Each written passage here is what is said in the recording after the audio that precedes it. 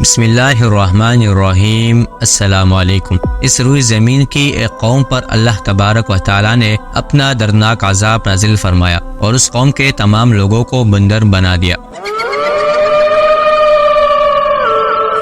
یہ واقعہ حضرت داؤد علیہ السلام کی قوم کے ساتھ پیش آیا تھا۔ آج سے ہزاروں سال قبل حضرت داؤد علیہ السلام کی قوم بنی اسرائیل نے جب اللہ کی نافرمانی کی تو بطور سزا انہیں بندر اور سور بنا دیا گیا تھا۔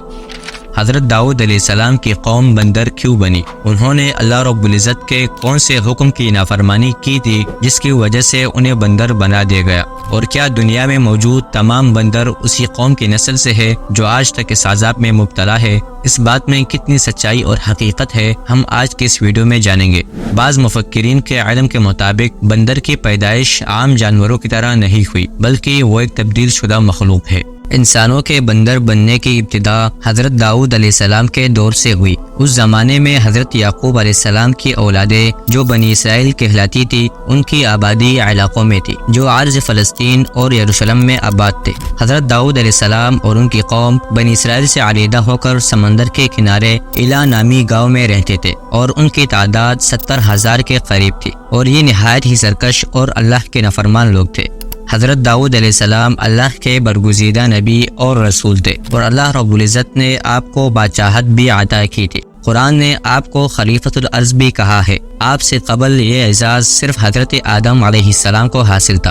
حضرت داؤد علیہ السلام کی قوم سمندر کے کنارے رہتی تھی۔ سمندر کے اس کنارے پر کثرت سے مچھلیاں موجود تھی جن کا یہ لوگ کاروبار کرتے تھے، نیز ان مچھلیوں کے خرید و فروخت بھی کیا کرتے تھے اور بہت ہی خوشحال والی زندگی گزارتے تھے۔ جب یہ قوم اللہ تبارک و تعالیٰ کی نعمتوں کی وجہ سے خوشحال ہو گئی تو اللہ تعالیٰ کی نافرمانی کے اندر مبتلا ہو گئی، لہذا اللہ نے انہیں ایک آزمائش میں ڈالا اور پھر ایک دن اللہ تبارک و تعالیٰ نے اس قوم کا امتحان لینے کا ارادہ کیا اور حضرت داؤد علیہ السلام کو وحی بھیجی۔ اللہ کی طرف سے حضرت داؤد علیہ السلام کی قوم کو یہ حکم ملا کہ وہ ہفتے والے دن مچھلی کا شکار نہ کیا کرے اور نہ دنیا کی کوئی خرید و فروخت کرے۔ اس طرح اللہ تبارک و تعالیٰ نے حضرت داؤد علیہ السلام کی قوم پر ہفتے والے دن مچھلیوں کا شکار حرام فرما دیا، البتہ ہفتے کے علاوہ دوسرے دنوں میں مچھلیاں پکڑنے کی انہیں اجازت تھی اور پھر یہاں سے اس قوم کی بربادی شروع ہو گئی۔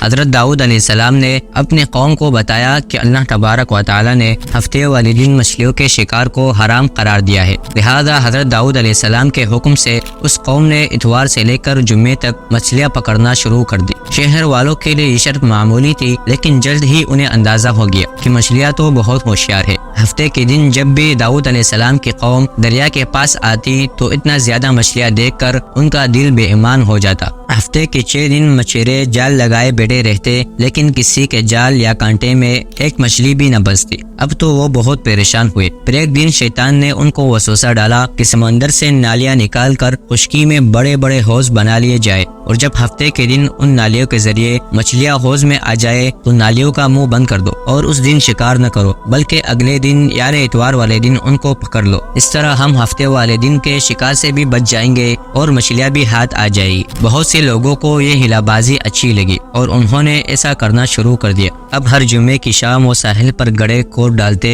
اور دریا تک نالیاں بنا لیتے۔ پھر ہفتے کے دن مچھلیاں ان حوضوں میں داخل ہو جاتی اور اتوار کو مچھلیوں کو پکڑ کر کاتے اور فروخت کرتے۔ کہا جاتا ہے کہ وہ 40 سال تک یہ نافرمانی کرتے رہے۔ اس بستی میں اللہ کے کچھ نیک بندے بھی موجود تھے جو کہنے لگے، اے لوگو، اللہ نے ہفتے کے دن شکار کرنے سے منع کیا ہے۔ یہ جو تم جال پھینکتے ہو یا چھوٹے چھوٹے حوض بناتے ہو ان میں ہفتے کے دن اگر مچھلی پنستی ہے تو یہ شکار ہفتے کے دن کا ہوگا۔ اللہ کے عذاب سے ڈرو اور اللہ کی نافرمانی نہ کرو۔ اور نافرمان لوگ ان نیکوکاروں کا مذاق اڑانے لگے، کہنے لگے، ہماری جو مرضی ہوگی ہم وہی کریں گے۔ اس موقع پر ان یہودیوں کے 3 گروہ ہو گئے تھے۔ کچھ لوگ ایسے تھے جو شکار سے منع کرتے تھے، کچھ لوگ اس کام کو دل سے برا جان کر خاموش تھے بلکہ منع کرنے والوں سے یہ کہتے کہ تم لوگ ایسی قوم کو کیوں نصیحت کرتے ہو جنہیں اللہ رب العزت نے ہلاک کرنے والا یا سخت سزا دینے والا ہے، جبکہ کچھ لوگ سرکش و نافرمان لوگ تھے، اللہ تبارک و تعالیٰ کے حکم کی کلم کلا مخالفت کرتے اور ہفتے والے دن مچھلیوں کا شکار کر کے ان کو کھایا کرتے اور بیچا کرتے۔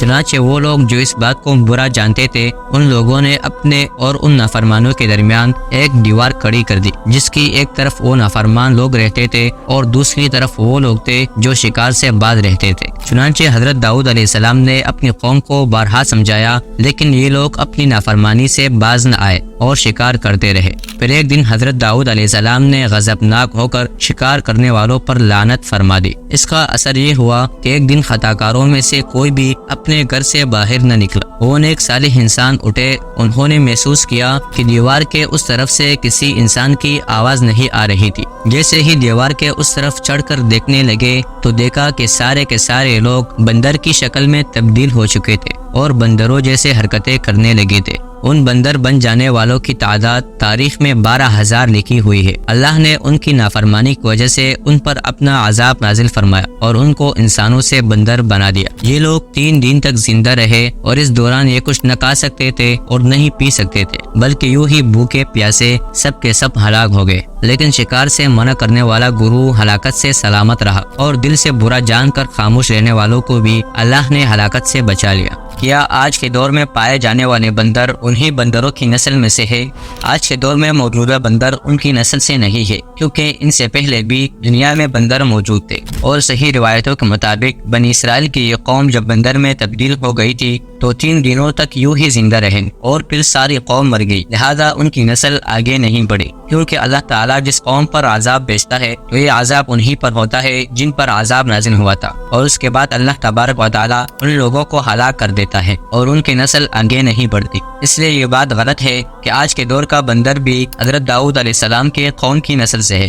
یہ بات قابل ذکر ہے کہ حضرت داؤد علیہ السلام کی قوم کو بندر بنانے کا واقعہ ایک معجزہ ہے اور اس کی سائنسی بنیاد نہیں ہے۔ یہ واقعہ اللہ کی قدرت اور اس کی ناراضگی کے نتائج کا ایک مظاہرہ ہے۔ اللہ کا عذاب بہت ہی سخت ہوتا ہے، اور جب کسی قوم پر عذاب الہی کا فیصلہ ہو جائے تو اللہ کے حکم سے پوری قوم اس طرح ہلاک ہو جاتی ہے کہ وہ آنے والے لوگوں کے لیے ایک نشان عبرت بن جاتی ہے۔